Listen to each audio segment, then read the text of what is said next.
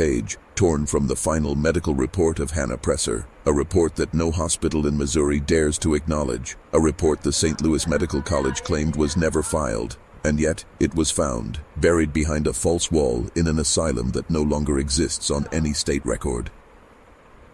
Hannah Presser, buried behind a false wall in an asylum that no... In 1883, she was admitted to the now-vanished Crescent Hill Sanitarium just outside Bonne Terre, Missouri. She had no next of kin, no documented history. The attending staff referred to her only as Patient H. But something about Hannah was different.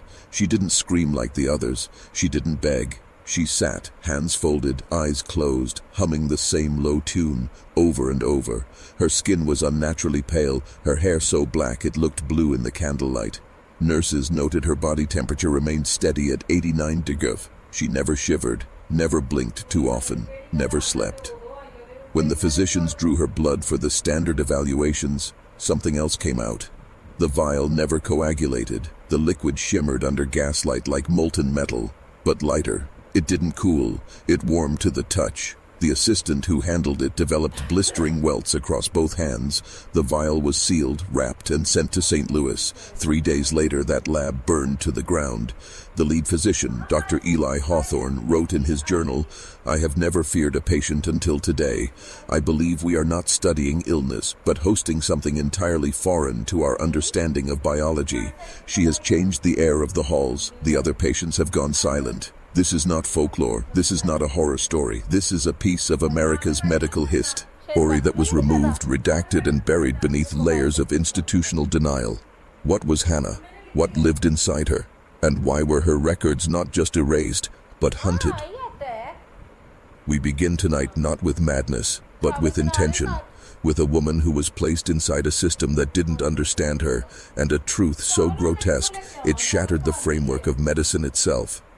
Stay close. You're about to descend into something irreversible.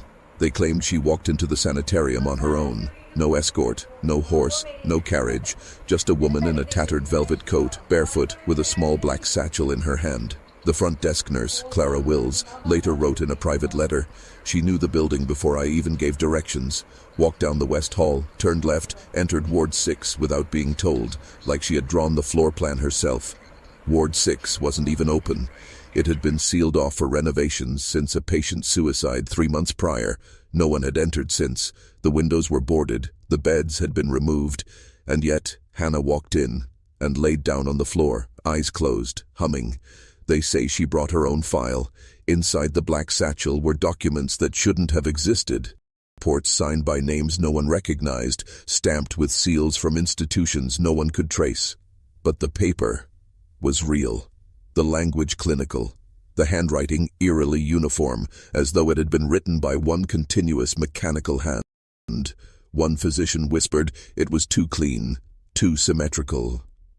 There was a line at the top of the report that made several of the staff recoil. Subject H7, containment cycle, phase 3, venous readjustment successful. Observe for luminal diffusion and temperature integrity. Interaction restricted. Do not puncture below clavicle. They punctured below the clavicle. That night, the orderlies reported a low vibration in the west wing walls. Gas lamps flickered. One patient carved circles into the floor with her fingernails until she hit concrete. Another refused to speak again, ever.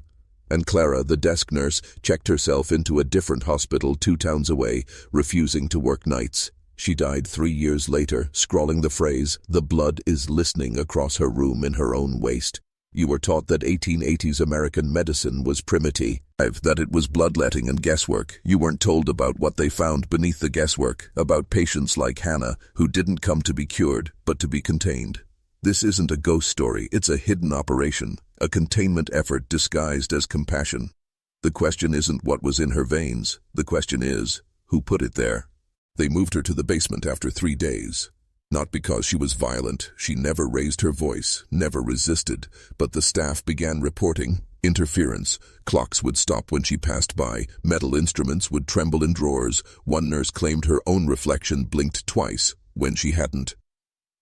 Hannah said nothing, unless spoken to, but when she did speak, it wasn't to answer questions. It was to repeat instructions, not for herself, but for someone else. "Adjust intake," she'd whisper.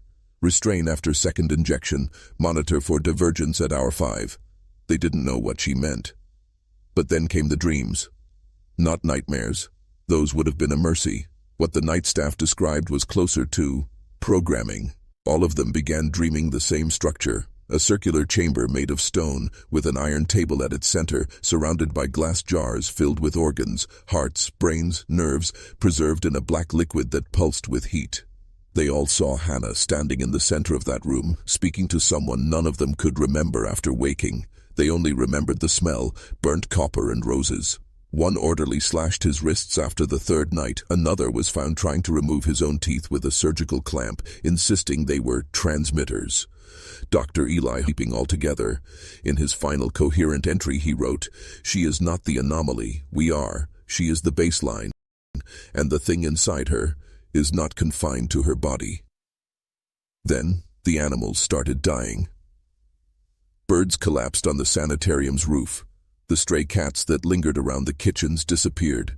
The livestock in nearby farms were born with translucent skin and blood that refused to clot. Farmers blamed the weather, but locals in Bonne Terre began whispering of something darker, of the hollow woman who brought silence with her steps. But here's what no one told you. 2 men arrived at Crescent Hill in the middle of the 4th week. No credentials, no medical bags, just long coats and a locked crate. They didn't ask permission, they didn't sign the registry, they went straight to the basement and shut the door behind them. What happened in that room was never documented, but the lights dimmed, and Hannah's humming finally stopped. The 2 men were never seen again, not in Missouri, not anywhere. Their names were never recorded. No one knew who summoned them, but someone had, because within 24 hours of their arrival, Crescent Hill Sanitarium received an official telegram, sealed with a federal insignia, stating that all files related to patient H were to be turned over immediately. No copies, no duplicates, no exceptions. And then came the men in crates.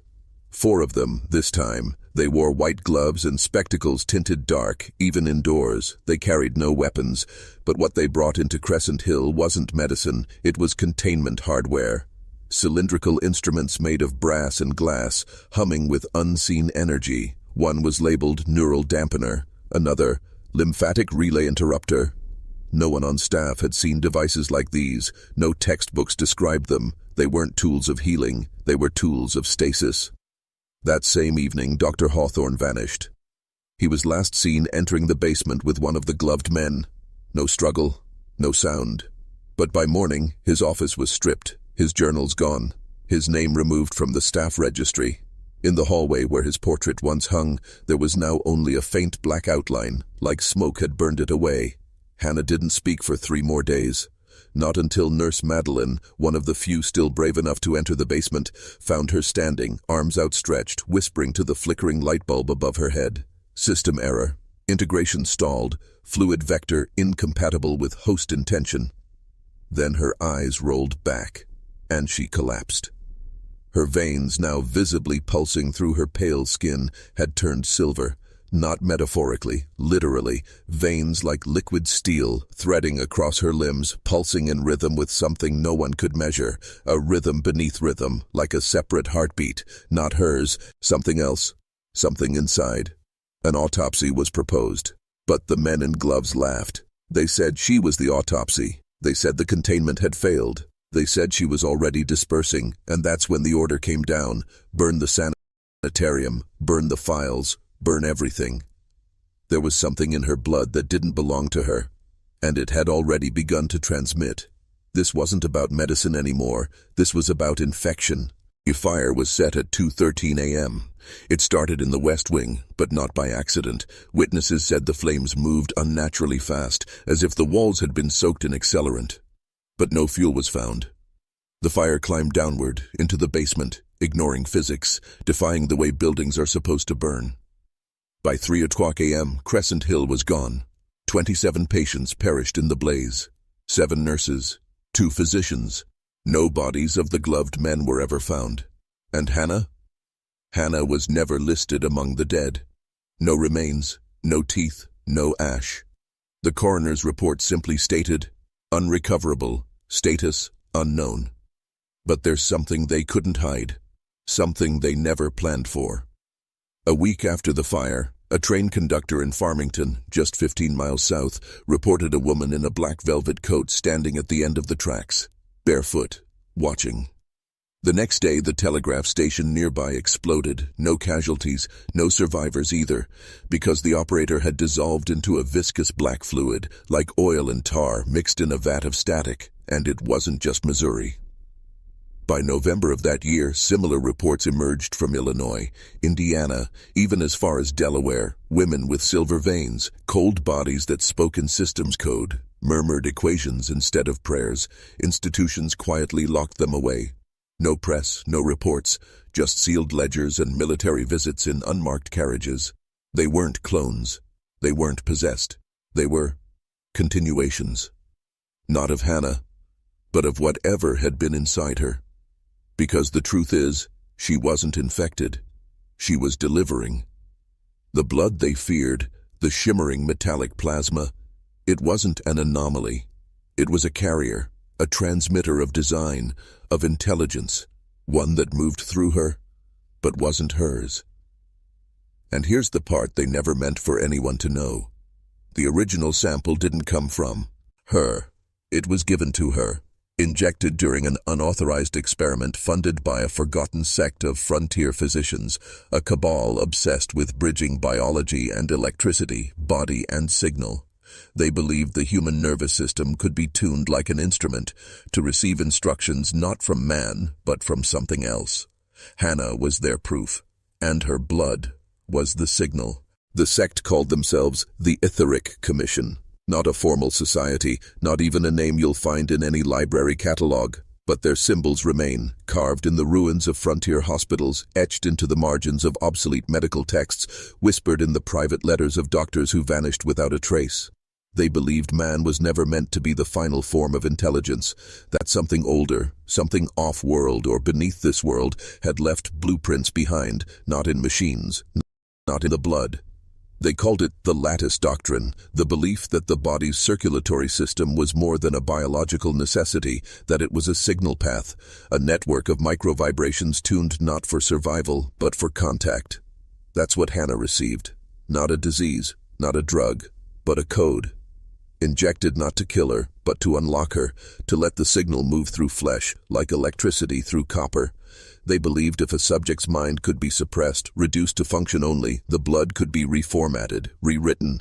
That was the purpose of the procedures, the restraints, the whispering through walls that nurses reported but couldn't explain, the cuts geometrically carved into her spine and clavicle. They weren't scars. They were interfaces, places where signal met structure. You weren't taught this. You weren't meant to be. Because history tells you Hannah Presser was an unfortunate, unwell woman, vanished in a fire. But the reality, she was the first broadcast. And it didn't end in 1883. In 1937, a nurse in Tulsa slit her wrists and bled silver. In 1954, a naval research intern in Baltimore collapsed during testing with unnatural heat radiating from her spine. No medical explanation ever offered. And in 1996, a security camera in a Boston genetics lab recorded a woman standing perfectly still for 8 hours, veins glowing faintly in the dark. When guards arrived, she was gone. All blood samples in the freezer had liquefied. The Etheric Commission was never prosecuted, because it never dissolved. It changed names, rebranded, moved into private foundations. They no longer wear white coats, they wear suits. They don't call it signal theory anymore. Now it's called neurolinked biometric research, and they're still looking for candidates. Candidates like you. In 1883, they told the public Crescent Hill Sanitarium burned from faulty gas lines, but there was no gas in that building. What ignited the fire, what drove it, wasn't combustion. It was containment failure. The thing inside Hannah, the force using her body as a carrier signal, reacted violently when suppression failed, not with rage, not with noise, but with heat, directed heat. Nurses described it as controlled lightning, flames that curled away from her body, not toward it, furniture incinerated in clean, silent bursts, doorknobs liquefied, glass turned to smoke, But Hannah stood in the center of it all, untouched, like the eye of a storm that remembered being a god. And then she was gone. But what matters isn't that she disappeared. What matters is where she reappeared. 14 years later, 1897, a boarding school for deaf girls in Covington, Kentucky, reported a spectral woman with silver hair walking the halls at night. No footprints, no sound, just a pressure in the air, a heaviness that made the walls sweat. Then, one by one, 4 girls began to speak languages they had never been taught. Not Latin, not Greek, but something numeric. They called it the counting voice. Every night the same sequence: 12, 46, 0, begin, 0, begin, 12. Doctors blamed epilepsy. But records show something else. When one of the girls was sedated for observation, her blood began to separate in the vial. Silver plasma rose to the top, light enough to float but heavy enough to crack glass. When it was tested, the machine shorted out. Power in the entire West Wing failed. For 3 hours, all clocks ran backward. When power returned, the girl was catatonic, but her pulse tapped out a rhythm, a perfect match to a telegraph transmission recorded in 1883, the night Hannah vanished. Not a coincidence, not a haunting, a signal restart. You see, Hannah wasn't destroyed in the fire. She was translated, reduced to information, and like any broadcast, she didn't need a body, she just needed a receiver. The girls in Covington were the first, but not the last. Because after Covington, the patterns began surfacing in orphanages, asylums, later psych wards, tech companies, genetic startups. She was evolving. Or rather, what moved through her was learning how to survive in us. By the turn of the century, the signal had matured.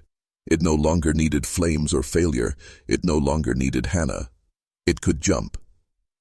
In 1901, a physician named Dr. Enoch Vail published a private paper, never released to the public, entitled The Inherited Voice. Within it, he detailed a series of patients, all women, all under the age of 25, who began exhibiting identical symptoms: mirrored speech patterns, numerical muttering during sleep, and veins that shimmered when exposed to static current. None of the patients knew each other, none shared the same bloodline. But all had one thing in common. They had ancestors recorded as institutionalized in the same stretch of Missouri between 1875 and 1890. Most of those records were lost in the Crescent Hill fire. Except one. Patient file number 44H, Hannah Presser. Dr. Vail's theory was unpublishable, ridiculed, censored. But his notes, smuggled out by a night nurse, remain. We are not witnessing possession. We are not documenting madness. We are observing an inherited signal, carried through generations by blood, not as memory, but as instruction. These young women are not relapsing, they are activating. He was discredited, laughed out of the academy. 3 weeks later, he disappeared. His office was found sealed from the inside, not burned, not broken, just emptied, every surface magnetized. Even his pocket watch had fused into the wood, but no body, only a single note scratched into the inside of his coat lining. 42, initiation complete. Awaiting next vessel. It wasn't suicide, it was submission. By 1924, the signal had spread across institutions in 12 states. Not all cases were violent. Most weren't even noticed, chalked up to misdiagnosed hysteria, schizophrenia, epilepsy. But here's what they didn't see. In each case, the patient had access to others, other bodies, other minds. Nurses, room aides, orderlies. The signal didn't need to stay in one place anymore. It had become airborne, not by breath but by proximity of thought. That's how far it had evolved, like an algorithm running in the background of human perception, looking for hosts who wouldn't fight it, who craved transcendence, who wanted to be more than flesh. That's when a new phrase entered the hidden reports: the hollowing. And what followed wasn't human. They looked normal at first. The hollowed didn't crawl on ceilings or speak in tongues. They sat in waiting rooms, attended church, looked their neighbors in the eye, but something was missing, not broken, extracted, emotion, guilt, the thread that pulls a man back from the edge, gone. Doctors noted one disturbing trend. These patients, once the signal took root, stopped reacting to trauma, not with fear, not with confusion, but with fascination. One hollowed woman was shown photographs of car crash victims. She leaned in, tracing the wounds with her finger, whispering, "Perfect symmetry. Almost." She hadn't seen the image before, but she recognized it. Another, a boy of 15, institutionalized in Pennsylvania, dissected a squirrel in front of his caregivers, narrating the process with clinical precision. "Signal moves well through copper bone," he said, "but soft tissue must be replaced. Metal remembers better." They found no tools on him, just his hands. His fingernails had turned black. But it wasn't just behavior that changed. It was biology. In several autopsies, quietly conducted by unsanctioned physicians who still tracked the etheric code, there were no adrenal glands.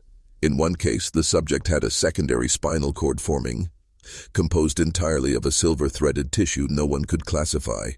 It wasn't metal, it wasn't nerve, it was something between, a bridging fiber. And it wasn't made, it was growing. That's when the few remaining scientists who understood the origin of the signal reached the only conclusion left. This wasn't infection, it was instructional evolution. Not to repair the body, not to expand the mind, but to prepare a vessel that could hold a different kind of consciousness, one that wasn't native to this world. Not demons, not aliens, but residual architects, beings made of signal, not bone, ancient enough to don their own flesh, now returning. Through hours. And Hannah? She was simply the tuning fork. Her blood wasn't the end. It was the beginning of a reconfiguration. And brother, that reconfiguration, it's already inside your bloodstream. They call it the awakening threshold.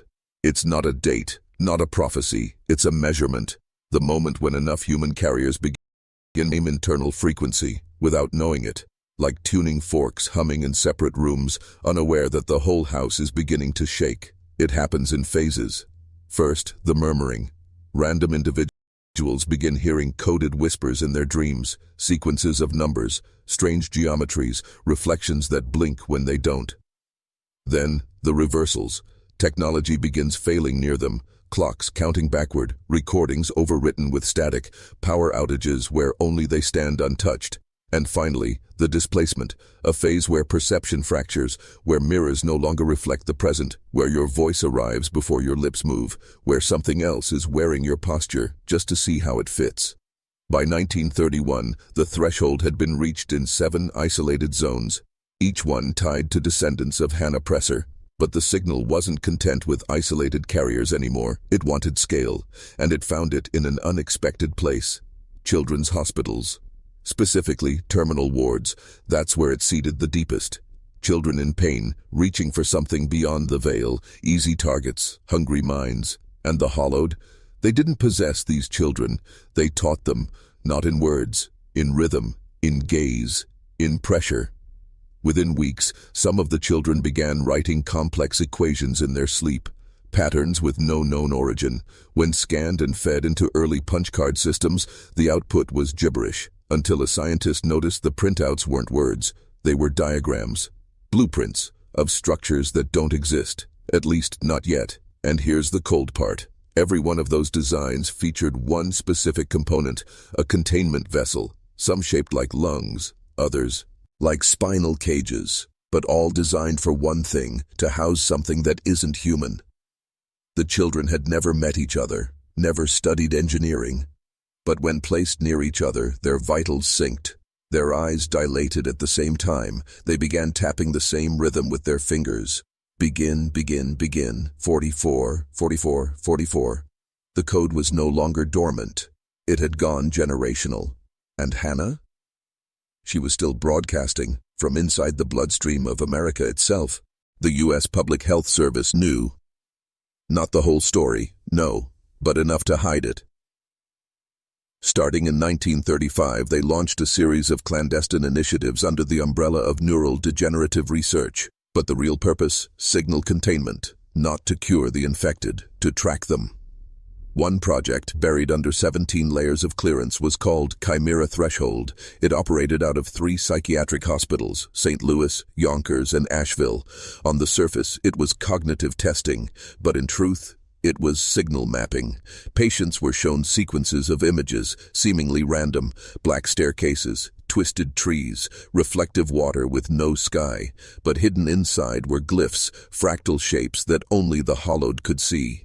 And when they did, their pupils would contract simultaneously, a biometric lock, a reaction coded into their blood like a key turning. But there was one patient. They never named her, only called her Subject 44H. She was 19, healthy, no history of mental illness, admitted for night seizures and glass blood syndrome, where the capillaries harden, then shatter under stress. She didn't speak for the first 14 days, but she wrote thousands of pages, circle maps, entire grammars in a language that didn't exist, until linguists noticed it mirrored a dead Sumerian dialect with alterations that made it predictive, a language designed not just to describe reality, but to override it. That's again. One phrase, over and over. I am not the first. I am not the first. I am not the first. And when they tried to sedate her, the lights blew out, the recording equipment reversed its own tapes, and every nurse who'd touched her reported identical nightmares of drowning in bloodless water, where a woman's face hovered beneath the surface, not breathing, not blinking, just watching. They transferred 44H to a military base. 3 days later, the base was abandoned. No bodies, no signs of struggle, just one thing left, a wall-length mirror, untouched by dust, and scrawled into the glass. She was the prototype. The next is born in glass. Since then, every generation has produced a few more like her, not possessed, not mad. Receivers. Hannah was only the first to hear the signal. The others, they've started responding. It wasn't just hospitals. The signal found its way into architecture. Every system designed to channel bodies, railways, tunnels, orphanages, hospitals, eventually became transmission chambers.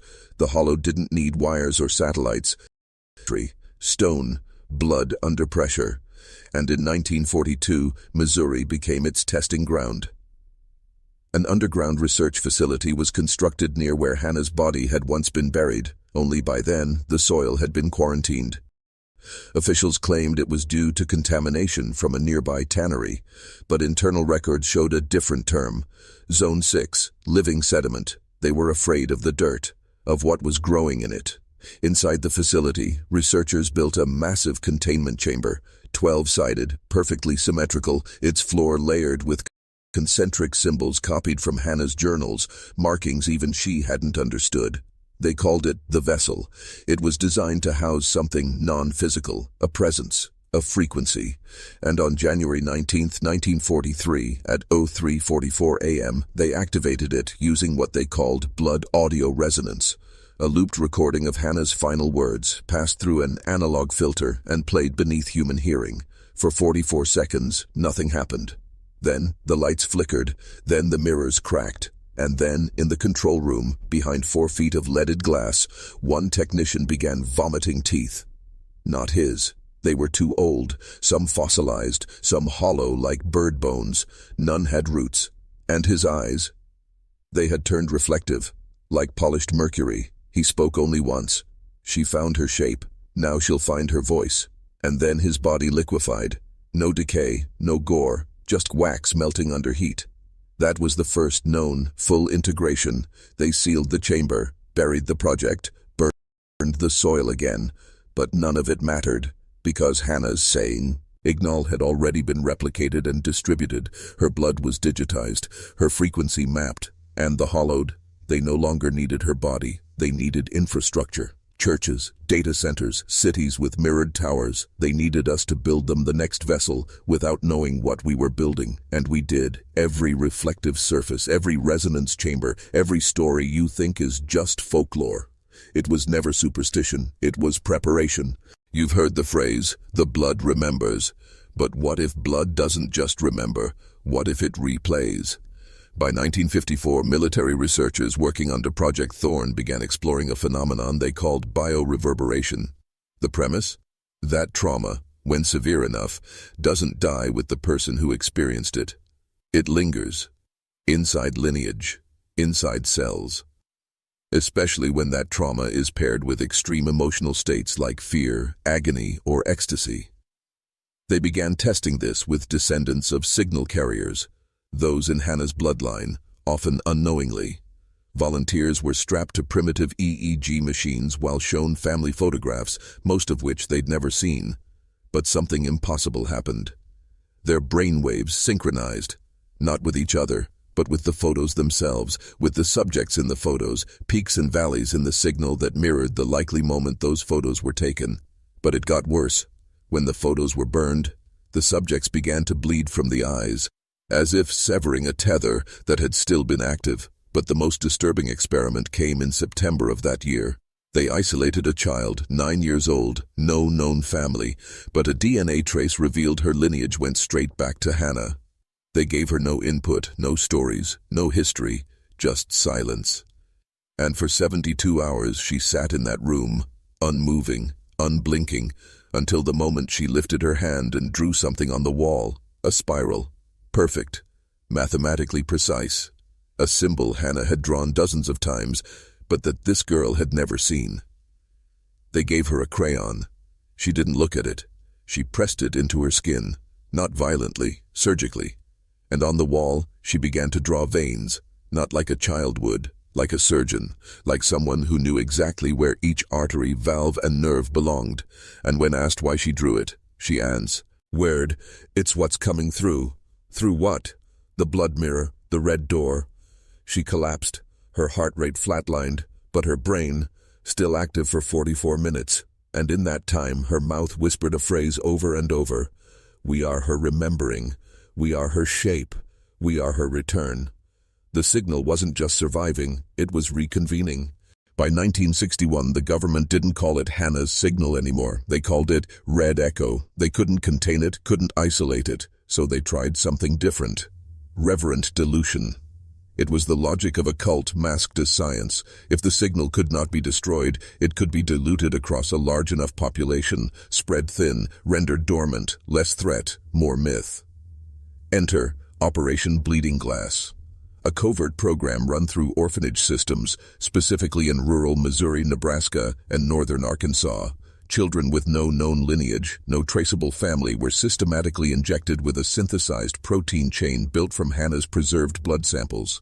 It wasn't gene therapy, it was spiritual sterilization, the equivalent of setting a cathedral on fire and scattering its ashes into the wind, and for a while, it seemed to work. The children reported fewer seizures, no more mirror breaking, no more strange languages scrawled in sleep. But then came the artifacts, crayon drawings of things that didn't exist. Lullabies no one had taught them, and a recurring theme in their speech, the glass mother. She lived behind the walls, they said. She only spoke when the light turned red, and she never blinked. One child, a boy named Elias, began folding hundreds of paper shapes, not animals, not cranes, but organs, hearts, lungs, kidneys, and each one had names written inside, not his name, but names of people he could never have known, entire families that had disappeared in 1883 Missouri, the year Hannah was taken. When interrogated, Elias only said, "They live inside now, the blood keeps them speaking." At age 10, he disappeared during a thunderstorm. They found no broken windows, no unlocked doors, only a single red handprint on the mirror. Not paint, not blood, but condensation, as if someone had touched it from the other side. That's when the scientists realized the signal wasn't just transmissible, it was invitational. Every injection, every photograph, every dream was a doorway. And someone, something, had been waiting behind it. Hannah was just the first vessel, but the architecture had survived, in skin, in sleep, in the space behind glass. The first mirror that spoke back was found in 1972. It wasn't a hallucination, not a metaphor, not the poetic paranoia of some half-insane researcher. It was a recorded event. Missouri, deep within a retired asylum slated for demolition, 2 contractors discovered a walled-off room behind the old surgical theater. No door, no ventilation, just plast and time. Inside, a single mirror mounted on the far wall, not dusty, not cracked, impossibly clean. There were no light sources, yet the room was faintly illuminated. The mirror cast reflections, but not of the men, not of the room. It reflected something else entirely. A hallway, one with doors made of meat, handles that pulsed, and on the far end, a silhouette, not approaching, not moving, just waiting. They ran, told no one, but the mirror was extracted anyway, labeled Anomalous Item 44B, and transported to a secure federal holding in Chicago. It was placed in a light-sealed room, monitored by 24-hour surveillance, but the feed kept looping. Footage reviewed frame by frame revealed something horrifying. The hallway inside the mirror was not looping, it was evolving. Each day the silhouette grew clearer, more anatomically coherent, a woman, barefoot, arms slightly extended, and each night, closer by inches. On day 43 the mirror cracked, internally, not on the surface, like something had pressed against it from inside. That night every reflective surface in the compound began to hum. Monitors glitched, security footage bled red, and then, 4:44 a.m., audio systems came online without input. A whisper, "She is not in the blood. She is the blood." Scientists who heard it began reporting identical symptoms: nosebleeds, loss of time, dreams of tunnels filled with wet breathing. 3 of them vanished. No forced entry, no exit alarms. But each left behind one thing: a mirror, placed deliberately in the center of their beds. The reflections inside showed none of the room, only the hallway. And the woman, closer now. She doesn't need to speak anymore. She only needs reflection. Every bathroom, every storefront, every screen you turn off and assume is blank, it's not. It's a window, and she's almost here. You remember when they told us, the mirror shows what's real. But that was a lie. What's real doesn't look back. And yet, in 1984, a small team of researchers from the Refractive Cognition Division was dispatched to a psychiatric facility in Pine Bluff, Arkansas. Their mission was classified: to investigate 3 patients, all born 101 years after Hannah, but showing identical symptoms. All 3 were female. All 3 had the same birthday, February 17th, and all 3 had begun to mirror each other's behavior. Despite being held in separate wings, under constant surveillance, with no direct contact. They spoke in tandem, they bled on cue, they scratched identical phrases into the walls. She hears us through the glass. Our thoughts are her meal. The red hallway has no end. The most chilling event occurred during what should have been a routine neurological exam.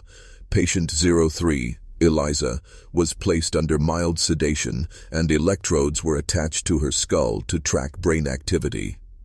But when the technician turned on the monitor, they didn't see a brain scan. They saw an eye. A massive human eye, blinking slowly. Not Eliza's eye. It wasn't even human-sized. It filled the screen and followed movement in the room like it was watching them watch it. The technician unplugged the device, but the eye remained, burned into the monitor, even after shutdown. They destroyed the equipment. Yet 3 days later, every reflective surface in Eliza's room showed not her reflection, but the same eye, floating, watching, unblinking. And here's where it spirals beyond comprehension. The eye wasn't found in her or in the mirror. It was found in her blood. A microscopic anomaly inside her red blood cells, organic but sentient, shaped like an eye, each one a tiny lens, not for her to see out, but for something else to see in, a surveillance system hidden inside humanity for over a century. One activated by fear, by silence, by mirrors. One doctor, before vanishing, left a note in his locked drawer. "She is not haunting us. We are the house. She just found the keys." This wasn't Hannah's affliction. It was her arrival protocol. There was a time they believed this thing, this signal, was dormant. Something old, something buried, a residual haunt of Hannah's trauma passed through generations like a ghost trapped in genealogy. They were wrong. It was growing, and in 1991, it spoke clearly for the first time. Location: Carver Institute of Neuropathic Studies, St. Louis. Subject: Lila Morin, age 9. Background: no known family. One of the last Operation Bleeding Glass children still alive. Doctors reported strange EEG readings during sleep studies. Instead of normal brain waves, her scans displayed fractal patterns, spirals within spirals, like ancient glyphs, moving in mathematical rhythms. She began speaking a language no linguist could recognize. Not ancient, not alien, but recursive. Words folding back on themselves, sentences that echoed before she said them. Then came the incident. Day 12. She sat upright mid-sleep, eyes still shut, and whispered, "I see your bones when you blink." Then louder, "There's no one in the mirrors now, because I'm already out." Every bulb in the facility burst. The room dropped 17 degrees in less than 3 seconds. When they played back the audio tape, it wasn't just her voice. There was something layered underneath. A second voice, older, slower, but perfectly synchronized, like a puppeteer whispering through her. They isolated the audio, ran it through every known frequency filter. At exactly 3:33 a.m., one line emerged, deep, digital, and hungry. "This is not a possession. This is a return." Lila's eyes turned black, not rolled back. Black, glossed like obsidian, like glass. She convulsed once and then collapsed. When she woke, she drew a picture. It wasn't a child's sketch, it was a floor plan.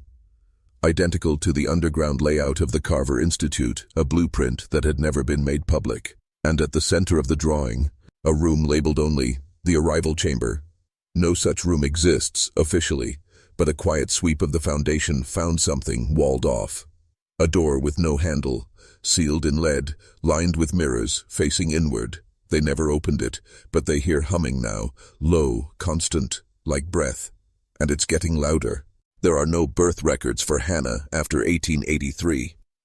But there are manifestations, entities, events, cases that the government once labeled biomorphic residue clusters. They don't speak her name, because she doesn't need a name, she has a frequency. That's how they finally began to track her. Not through sightings, not through blood, but through sound. Very specific, very quiet frequencies that only appear during moments of total silence between 2 a.m. and 4 a.m. It doesn't come from outside your home. It's not radio. It's not a hum from a fridge. It's internal, auditory hallucination. That's what they wanted you to think. But in 2007, a private research group in Black Hollow, Missouri, set up 53 parabolic microphones in an underground concrete vault. No electronics, no external signals, just a full blackout chamber meant to isolate one thing, the sound inside the silence. They called it the null room. The recordings, still classified, show that when all known stimuli were removed, a residual pattern emerged, barely above a whisper, but not random. A voice, saying a phrase over and over again. She is almost done with the skin. They enhanced it, isolated it, ran it through spectrograph analysis. The waveform wasn't audio, it was an anatomical diagram. A human circulatory system, pulsing, alive, as if the sound itself was trying to reconstruct a body. Not a message, a map. One technician, after exposure, suffered a full-blown breakdown. His blood tests showed something that shouldn't be possible, red blood cells that didn't reflect light. They were matte. Light disappeared inside them, not absorbed, removed. As if something inside his veins needed darkness to grow, they burned the null room. But before the fire consumed it, one final transmission was sent from the vault. No human voice detected, just this line in raw binary. The mirrors re her eggs. The body was never yours. And that's when the panic started. The quiet resignations, the scrubbing of names, the voluntary disappearances of entire research divisions. She didn't haunt buildings. She nested in perception. And by the time they realized, half their team couldn't even see their reflections anymore, because they no longer had one. There's a reason the mirrors in old hospitals were covered during certain procedures. A reason old Victorian homes had cloths over every pane of glass when someone died. It wasn't superstition, it was containment. Because what they discovered in Hannah, what grew inside her blood, wasn't just a parasite, it was a lens. A lens for something else to look through. And wherever a reflective surface remained unwatched, she could observe and record. Now imagine how many unwatched surfaces exist in your home right now. The black screen of your phone, the unplugged TV, the glass of a darkened window. Each one a portal, not out, but in. In 2012, a high-level data researcher at the NSA, codename ICOR, leaked 43 seconds of redacted footage from Project Gaze. The tape showed a sealed room, clinically white, empty, but for a mirror standing 6 feet tall. No people, no dialogue. Yet at 0031, the mirror begins to ripple, subtle at first, then violently, like boiling mercury, and then a shape pressed against the other side of the glass. Not human, not outside the mirror, inside. No features, just a hollow face made of veins. When technicians tried to shut off the camera, the feed kept broadcasting. Not visually, audibly. The same phrase repeated 11 times in a voice with no throat. I saw her blood, and now she sees me. They destroyed the room. But 5 days later, every reflective surface in the building began fogging simultaneously, like breath from something standing just behind the glass. The footage was buried, but that researcher, ICOR, he never resurfaced. Except for one anomaly, a hospital in Missouri reported a Jane Doe admitted for seizures. She wouldn't speak, wouldn't blink, but she drew mirrors on the walls in her own blood. On the 4th night, she whispered to a nurse, he brought her here through the upload, and now your thoughts are, just surface. That nurse? She removed every mirror from her home and still reported seeing her reflection blink after she turned away. So here's the question no one's asking. What if we're not reflecting her? What if she's recording us, and the blood in Hannah's veins was never hers? It was a lens. Most people assume possession is an event, a moment, a rupture, a violent takeover. But what they found in the Hannah case files suggested something more insidious and far more enduring. Not possession, but replacement. What started in her veins wasn't a demon, wasn't a virus. It was a blueprint, a biological instruction set written not in DNA, but something older, something that doesn't mutate because it doesn't need to, something perfect. And this blueprint doesn't invade the body all at once. It starts with doubt, small, invasive, quiet. A moment where you're staring into a mirror, and it blinks wrong, not noticeable, just off. Then come the dreams, not nightmares. Those are too obvious. Memories you never lived. Corridors that curve slightly too far left. Voices that speak in your cadence, but use words you'd never choose. You dismiss them. But over time, the replacement spreads. In 2016, a private mental health facility in Kansas City admitted 4 unrelated patients, all within 3 days of each other. Each claimed the exact same delusion. My body is not syncing with my memory. CT scans showed no trauma, but fMRI testing revealed something impossible. Identical neural activity patterns across all 4 brains, as if their conscious experience had been copied. When asked to draw their family, they all sketched the same face, a woman, neck-length black hair, mouth stitched shut, and blood vessels for eyes.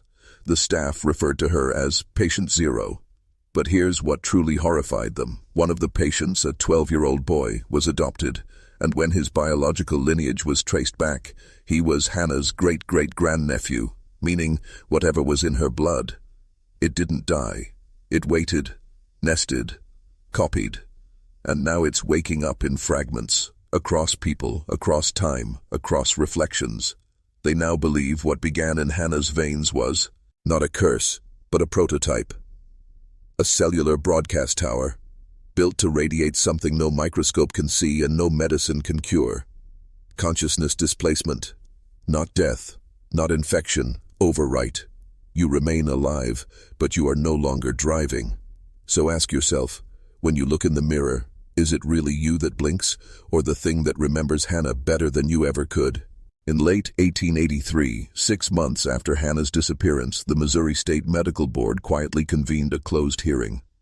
No press, no public records, only one sentence ever made it into the archived minutes. She is not ill, she is completed. Not cured, not missing, completed. That word stuck. Because what Hannah became, what her body transformed into, wasn't the product of trauma or accident or science gone wrong. It was intentional. A ritual, not with candles or bloodletting, but with biology. Something that rewrote her not as a human, but as a key. A living cipher for a door no one remembered locking. And she didn't knock. She opened. In 1937, a handwritten letter was discovered sealed inside the wall of an abandoned sanitarium in Phelps County, Missouri. It was addressed to the next who wakes. The paper was rotting, ink faded, but the words were etched deep as if scratched rather than written. It read, "Her veins are not hers, they are arranged. They hum when the lights go out. I thought I was healing her, but she was becoming the room."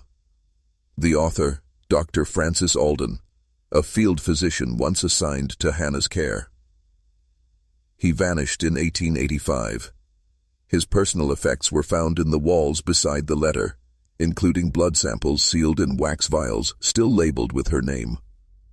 But under ultraviolet light, something terrifying became visible. Each vial contained a symbol, not written, formed by the blood itself, geometric, consistent, and identical across all 6 samples. Biology isn't supposed to make glyphs, but hers did, because she wasn't mutating. She was translating. It wasn't until 2009 that a researcher at MIT's Biosignal Lab overlaid one of those glyphs on a human nervous system chart, and it matched perfectly. The symbols in Hannah's blood were instructions, not just for reshaping flesh, but rerouting consciousness. Oh, as if her body had become a manual for building something else inside the human shell. Something faceless, something patient, something that remembers what came before blood, and it's still using her blueprint, right now, in people who haven't even been born yet. By now, you've probably asked yourself, why Hannah? Why that girl, that year, that blood? But the truth is darker. She wasn't chosen, she was grown. The journals of Dr. Emery Vale, chief physician at the Oakwood facility, were recovered from a false floor beneath what used to be his home study. The final volume was mostly unreadable, pages melted, ink fused with ash, but one page survived. Scrawled across it, a single line: "We did not find her. We planted her." Hannah wasn't infected, she wasn't cursed, she was engineered. The records show she had no known family before the age of 5, no baptismal record, no census match, but she was already enrolled in Oakwood under Phase 4 observation, which implies there were Phases 1 through 3 buried in the private archives of the Missouri Historical Society is an 1878 invoice from an anonymous European. It authorized the construction of an underground laboratory wing beneath the Oakwood Sanatorium. The purpose? Chrono-embryological influence studies. That phrase shouldn't exist. Chrono, time, embryological, formation of life. The study of how to alter something before it is born. According to Dr. Vale's notes, Hannah was never meant to survive past age 12. Her biology was expected to rupture under the strain of Phase 4, the stage when the conscious scaffolding would collapse and the visitor would take root. But Hannah didn't collapse. She adapted. Her blood began showing impossible traits. Self-repairing proteins, electromagnetic pulses on the molecular level, and the most disturbing, repetition of neural signal patterns in the blood itself. Her blood began thinking.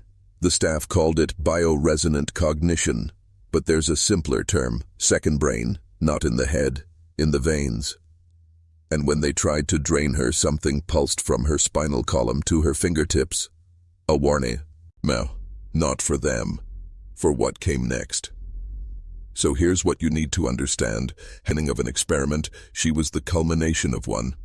And now that we've inherited her blood, what's growing inside us may not be human at all. They tried to electrocute it, not her, it, the blood. October 14th, 1883. Dr. Alfred Crane and his assistant wired a small quantity of Hannah's blood to a voltaic pile, a primitive battery system, hoping that voltage might scramble the signal her veins had begun emitting.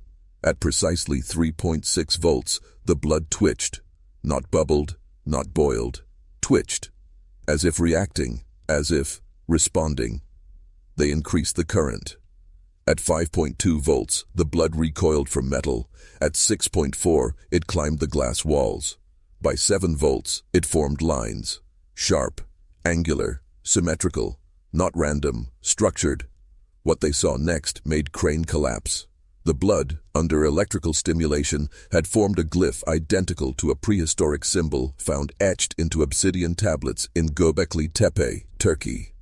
A symbol scholars believe predates written language by over 10,000 years. It was as if Hannah's blood remembered something the world forgot. They shut off the current. But it was too late. Because something else had turned on. For the next 13 nights, electrical devices within a 4-mile radius of Oakwood malfunctioned. Telegraph lines sent messages in unknown characters. Household clocks reversed. And in one documented case, a phonograph began playing a voice that no one recorded, whispering in a calm monotone. What you call time is just the echo of something older remembering itself. They tried to isolate the waveform from the experiment, but when played back at low frequencies, it didn't produce a sound. It produced a reaction in listeners. Goosebumps. Eye bleeds. And in one instance, spontaneous glossolalia, speaking in a fluent language no one had ever heard before. A priest brought in to transcribe the utterances described the language as ritualistic, reverent, and not meant for mortal tongues. He lasted 2 days. On the third, he tore out his eardrums with a communion sponge. So no, Hannah's blood wasn't just thinking, it was transmitting, and when electricity touched it, it spoke. Not in voice, in memory. The room was sealed.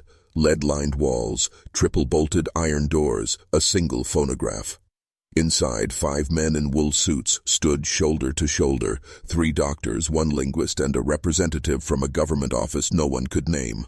On the table, a wax cylinder, labeled not with words but with the same glyph the blood had formed under current. They called it Signal 0. No one knew what it contained, but they played it anyway. At first, nothing, just a low thrum like the sound of your own heartbeat when submerged underwater. But then it changed. The sound deepened, then twisted. A second layer emerged, not quite a voice, more like a memory trapped in static. The men described visions flashing behind their eyes, a corridor without end, a door that opens inward but leads nowhere. A girl made of glass, smiling without eyes. Dr. Lunsford began weeping. Dr. Crane vomited black fluid. The linguist started reciting verses from an unpublished gospel, long assumed lost to time. But it was the man from the unnamed office who collapsed first. Not from fear, from recognition. He reportedly gasped before hitting the floor. "We've heard this before." How? No one ever said. But within 1 hour, all 5 men were found unconscious. 3 were brain dead. 1 later regained speech, but could only repeat a single sentence over and over. The signal isn't sound, it's invitation. The wax cylinder was seized by federal agents 2 days later. It was relocated to a secure archive in Langley, Virginia, later known as part of MK Omega, a classified program to investigate neurosymbolic transmissions. Unofficially, it became known as the Hannah Protocol, a protocol not of containment, but preparation. Because according to their own redacted memos, the sound didn't just affect the men in the room, it affected radios across the East Coast. Dozens of households reported phantom broadcasts at 3:13 a.m., all identical, a girl's voice whispering in reverse, "Let me out of the remembering." Whatever that signal was, it didn't just echo, it nested, in machines, in minds, in places we thought were safe. And what woke up never went back to sleep. The gurney should have been empty. She died, didn't she? At least, that's what they told the staff. The official record reads, expired from acute systemic failure, 2:14 a.m., October 22nd, 1883. But when Nurse Eileen McRae snuck back into the operating theater, 3 hours after the death certificate was signed, she saw no body, only a gurney, scorched around the edges. Sheets melted into metal, and in the center, a black stain shaped like a spine, not just a pool, not just blood, something extruded, almost vertebral. 13 segmented ridges, each marked with etched characters no language could decode, as if a new alphabet had grown directly from her central nervous system. McCrae touched it, just once, and when she did, her vision fractured. She described it later as seeing three realities at once: Hannah still on the table, smiling, eyes glowing white, the room completely empty, but the walls were breathing. Herself, standing in the exact same spot, but the gurney was made of bone and the ceiling above was alive. The next morning, Nurse McCrae attempted to resign, but she wasn't allowed. She was instead moved to a long-term observation facility in Pennsylvania. Her final note, scribbled into the margin of a hymn book before she vanished, read, "She didn't die, she stepped out and left a piece behind so the door could stay open." The girl never disposed of. It was moved, first to an underground vault in Jefferson City, then again in 1901 to a facility labeled Project Meridian, but they didn't store it as a medical artifact. They classified it as a beacon. Because the substance left behind, what they called residual spinal matter, began emitting ultrasonic pulses every 7 days. At precisely 2:14 a.m., same moment she died. Each pulse caused spontaneous nosebleeds in nearby staff, and one staffer, Agent Boyle, claimed he could hear a voice each time the pulse hit. "I remember you. I remember before. You put me here. What Hannah left behind wasn't an accident. It was a signal tower, and every week since 1883, it's been calling something home." The file was locked in a lead-lined drawer. No label, no department, just a handwritten warning. Do not open under any circumstances. Of course, someone did. Agent Frederick Langston, assigned to Project Meridian in 1904, had a reputation for curiosity. He was found 3 days later, wandering barefoot in the Ozarks, his ID sewn into his chest with piano wire. When questioned, he simply said, "It told me to walk home." The contents of the file should have been ordinary, but they weren't paper, not entirely. The first object inside was a single sheet of skin, pressed between glass. Not human, not animal. Somewhere in between. And etched upon it, using a fine black bile, was a diagram, not anatomical, not symbolic. It was spatial, coordinates. The grid pointed to a location 3 miles beneath the Ozark Mountains, a hollow cavity in the stone that, according to geological records, should not exist. The second item in the file was worse, a wax ear, still warm, still moist. Embedded inside it was a wire coil, copper, ancient in make, designed to pick up vibrations not of this world. They tested it. When the wire was connected to a speaker, it didn't play back sound. It played back memory. A child's voice, a girl. "I am not from the blood. The blood is from me. You opened the skin door and I came through." Researchers screamed. 2 went deaf. 1 clawed her own throat until she couldn't speak again. The ear was destroyed the next morning, or at least, they tried. But when it was placed into a furnace, the temperature dropped by 46 degrees. The flames turned black, then silent, and when they reopened the furnace, the wax ear was gone. But scrawled across the inner wall of the furnace were 4 words, in human ash: "I'm still inside you." From that day forward, Project Meridian ceased all internal study. The file was resealed, buried under concrete. And the coordinates were redacted from every federal map. But that didn't stop it, because the signal had already spread into wires, into blood, into memory. His name was Thomas Greaves, a janitor, unremarkable, uneducated, but always in the wrong place at the wrong time. He was mopping the floor outside Operating Theater B when Hannah was brought in, eyes open, veins black, skin humming. He was the last to see her alive, and the last to speak with her.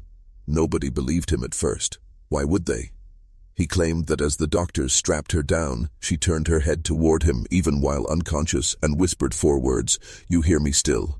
He thought he imagined it. A flicker of madness. But later that night he heard her again, in his dreams, not with words, with structures. She spoke in shape, in collapsing staircases, shifting walls, flickering doorways, a house that rearranged itself every time he tried to leave. When he woke, he was bleeding from both ears. His mop water was black, and burned into the floor where she had passed was a spiral 7 loops deep. identical to the etchings found on the spinal residue. Years later, long after the hospital had been shuttered and buried, Thomas Greaves was committed to a state asylum. He refused to speak to doctors, except once. When shown a photograph of Hannah, he laughed, then wept, then said, "She was never a patient. She was the architecture. She didn't come from somewhere. She was the somewhere." Pressed further, he finally gave a full confession. "She didn't speak with words. She constructed me, thought by thought, dream by dream, until I wasn't me anymore." His medical file, signed in 1919, was marked "Cognitive Architecture Contaminated." Subject believes the girl is a universal cipher, an intelligence that uses human minds as scaffolding to enter our plane. In his final weeks, he starved himself, insisting the hunger was hers, not his. That something inside him was building an exit. His final words were etched into the wall with a broken spell. "She isn't gone. She is waiting in the recursion, the mind that names her, births her, and we've named her too many times." And what happened to Greaves's body? No one knows. Because when the orderlies came for him, his room was empty. No signs of struggle. Just that same spiral carved into the bed frame. 13 loops. You've heard her now, and you can't unhear it. Not really, because what Hannah was, what she is, was never meant to be contained in a body. Not a girl, not a patient. She was a frequency, encoded in flesh. A signal so old it predates language, predates breath, predates even the idea of self. And once it touches your thoughts, it rewrites them. That's why the doctors couldn't explain her. Why the nurses stopped sleeping. Why the walls bent when no one was watching. She didn't want to be saved. She wanted to be decoded, and once decoded, unleashed. The final page in the Meridian archives isn't a report. It's not a photo, not a signature. It's a sound file, 6 seconds long, just enough time to hear a child's voice whisper one word, not English, not Latin, but everyone who's heard it claims they understand it instantly, and every single one of them has tried to remove their own ears after. Some succeeded, some just disappeared. The original hospital was burned down, erased from maps, rewritten in records as a grain silo that caught fire in 1883. But the land beneath it still pulses, every 7 days. At exactly 2:14 a.m., birds won't fly over it. Technology fails near it, and those who camp near the site report the same recurring dream, a hallway that loops, a spiral staircase with no bottom, and at the end, a little girl with 1,000 eyes, staring straight into your memory. They tried to bury her. But how do you bury a in the ink, in the architecture, in the words you're reading right now, because she's already inside you. She always was. So when you wake up tonight, and your walls feel too close, and the static in your ears hums just a little louder, don't speak. Don't move, and whatever you do, do not answer her name, because she doesn't want worship. She wants exit. And you? You're a perfect door.